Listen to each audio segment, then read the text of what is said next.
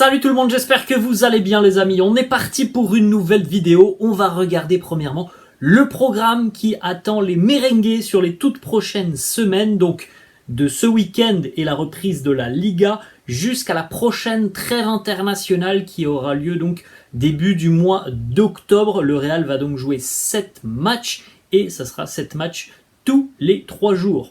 Puisque là, on a le retour de la Liga, dans moins d'une semaine, retour de la Ligue des Champions, ça sera mercredi prochain, donc voilà, une période intense, la première période assez intense de cet exercice 2023-2024. Ce week-end, réception de la Real Sociedad en milieu de semaine, ça sera mercredi, première journée de Ligue des Champions, l'Union Berlin sera au Bernabéu, match à 18h45. 4 jours plus tard, déplacement du côté du Wanda Metropolitano pour affronter l'Atlético, le derby. 3 jours plus tard, match de Liga en milieu de semaine face à Las Palmas. Fin du mois, le 30 septembre, les merengues seront en déplacement du côté de Gérone. 3 jours plus tard, nouveau déplacement en LDC, ça sera du côté de Naples. Ensuite, 5 jours plus tard, réception d'Osasuna et ça sera le dernier match avant la prochaine trêve internationale. On continue les amis.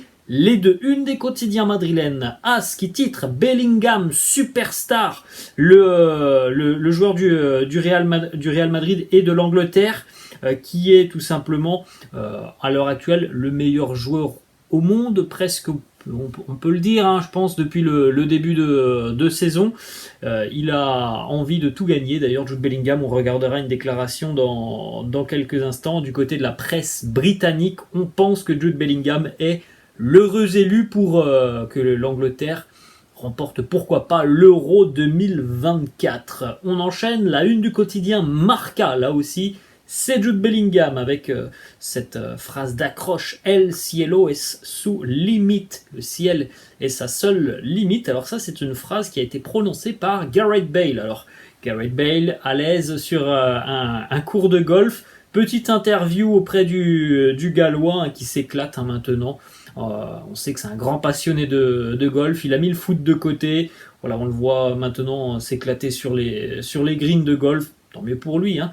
Il a été interviewé, il a été questionné aussi sur Bellingham, ses débuts au Real. Il nous dit Bellingham, ses débuts au Real sont excellents. Il marque des buts, ce qui est important, surtout dans un club comme celui-là.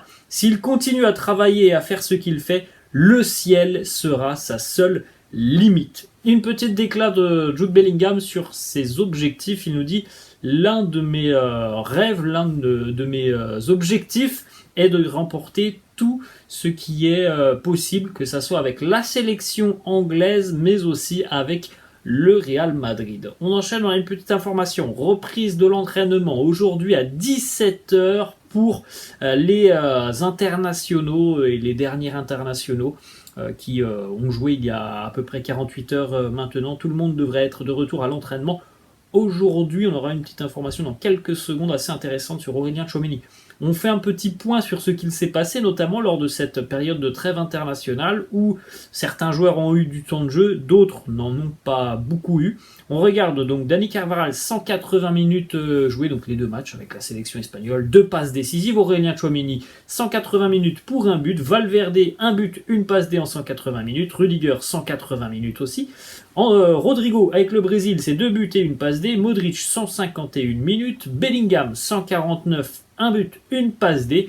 David Alaba, 135 minutes. Camavinga, 91. Rossellou, 63 minutes, un but, une passe D. 2 joueurs n'ont pas disputé la moindre minute avec leur sélection nationale. Kepa et Lunin, les 2 gardiens du Real qui n'ont pas joué une seule minute lors de cette trêve internationale. Une petite info, comme on l'a dit, qui concerne Aurélien Tchouaméni. On vient d'en parler. Les internationaux sont de retour aujourd'hui à 17h, sauf Aurélien Tchouaméni qui, lui, était déjà de retour hier. On rappelle que l'équipe de France et Aurélien Tchouaméni ont joué mardi soir face à l'Allemagne. Il a joué d'ailleurs l'intégralité de cette rencontre.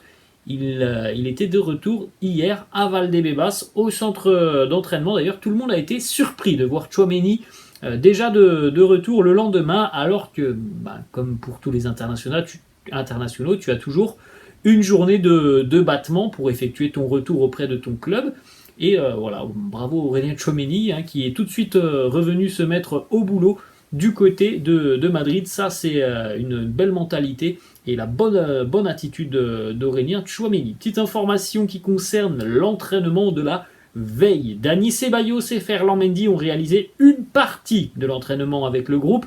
On rappelle qu'en début de semaine, ils avaient réalisé l'intégralité de la séance d'entraînement. Donc là, cette fois-ci, c'est une partie de la séance d'entraînement. Alors c'est peut-être tout simplement le processus qui veut que voilà, ça ne soit pas une séance complète. De toute façon, on suivra ça dans les 24 ou 48 prochaines heures quand le groupe qui recevra la Real Sociedad sera communiqué. On saura si Dani Ceballos et Ferland Mendy sont disponibles. Vinicius Junior et Arda Güler, évidemment, ont poursuivi leur travail de récupération. Et d'ailleurs, ça avance plutôt positivement pour le Brésilien et le jeune Turc. On enchaîne les amis, on a quelques petites photos, quelques petites séquences qui ont été captées lors de la révélation des notes des joueurs pour le prochain FIFA. Alors maintenant, c'est plus FIFA, mais EA FC, il me semble.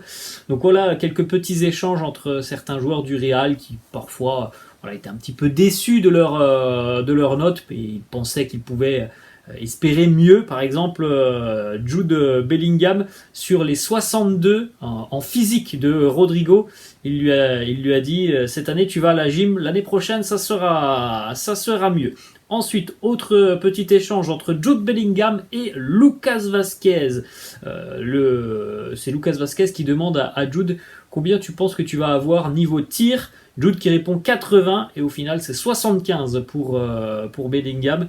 Jude qui dit tout simplement c'est un manque de respect. Lucas Vazquez aussi qui est, regardez cette petite photo, hilar de prendre conscience qu'il n'a seulement que 69 niveau physique alors qu'il espérait un bon 80.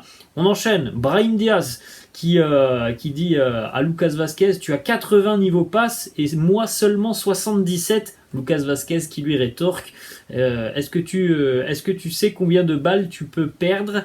On enchaîne encore une fois avec une autre petite information entre Jude et Brahim Diaz. Brahim Diaz 81 de vitesse, Jude lui répond je pense qu'ils ont été généreux avec toi. Ensuite, en ce qui concerne Jude Bellingham, là aussi interrogé sur sa vitesse, il nous dit je pense que je vais avoir 84, au final c'est 76 pour Bellingham qui a rétorqué voilà, c'est une blague, you're joking. On termine les amis, on a encore quelques petites informations. Premièrement, regardez, ce jeune supporter du Real Madrid qui a été interviewé sur les chaînes espagnoles. Alors évidemment ça concerne tout ce qui se passe du côté du Maroc, et ce jeune supporter du Real, on lui apporte tout notre courage puisqu'il a perdu toute sa famille, tout simplement, dans ce terrible tremblement de terre et ce terrible séisme qui a touché le Maroc le week-end dernier. Donc il a été interviewé par une chaîne de télévision avec le maillot du Real sur les épaules. Du côté de Madrid, on a tout fait pour retrouver ce jeune supporter. Visiblement, il a été retrouvé par des équipes de journalistes, et il semblerait que du côté de Madrid, on souhaite lui offrir la possibilité peut-être de venir à Madrid assez prochainement. Je pense qu'on aura plus d'informations peut-être dans les prochains jours. En tout cas, voilà, le Real va vraisemblablement se tenir à ses côtés dans cette tragédie qu'il est en train de vivre. On termine les amis, deux petites informations. Premièrement, une déclaration d'Hendrick qui nous dit « Je sais que je vais porter un maillot chargé d'histoire. Si je commence avec le numéro 9 ou un autre, je travaillerai de la même manière. Vini a commencé avec le 28, puis le 25, le 20 et enfin maintenant le 7, ce qui est une énorme responsabilité. » Alors moi, ça c'est quelque chose qui me dépasse un petit peu. Alors je peux comprendre, oui, qu'il y a des maillots dans certains clubs qui ont une valeur un petit peu plus importante. Voilà, quand on pense par exemple le 7 de Cristiano, le 10 de Messi à Barcelone. Mais franchement, moi, que tu portes le 8, le 32, le 92, moi, c'est quelque chose qui me dépasse complètement. J'en ai un petit peu, je vais le dire, j'en ai un petit peu rien à foutre. Que Vinicius soit le 7 cette saison alors qu'il a été 25 ou 20, franchement, ça m'en touche une sans faire bouger l'autre. Je vous le dis comme ça. C'est quelque chose, moi, ce genre de débat, d'avoir son numéro préféré ou le numéro 7. Bon, bref, moi, c'est quelque chose qui ne m'intéresse pas.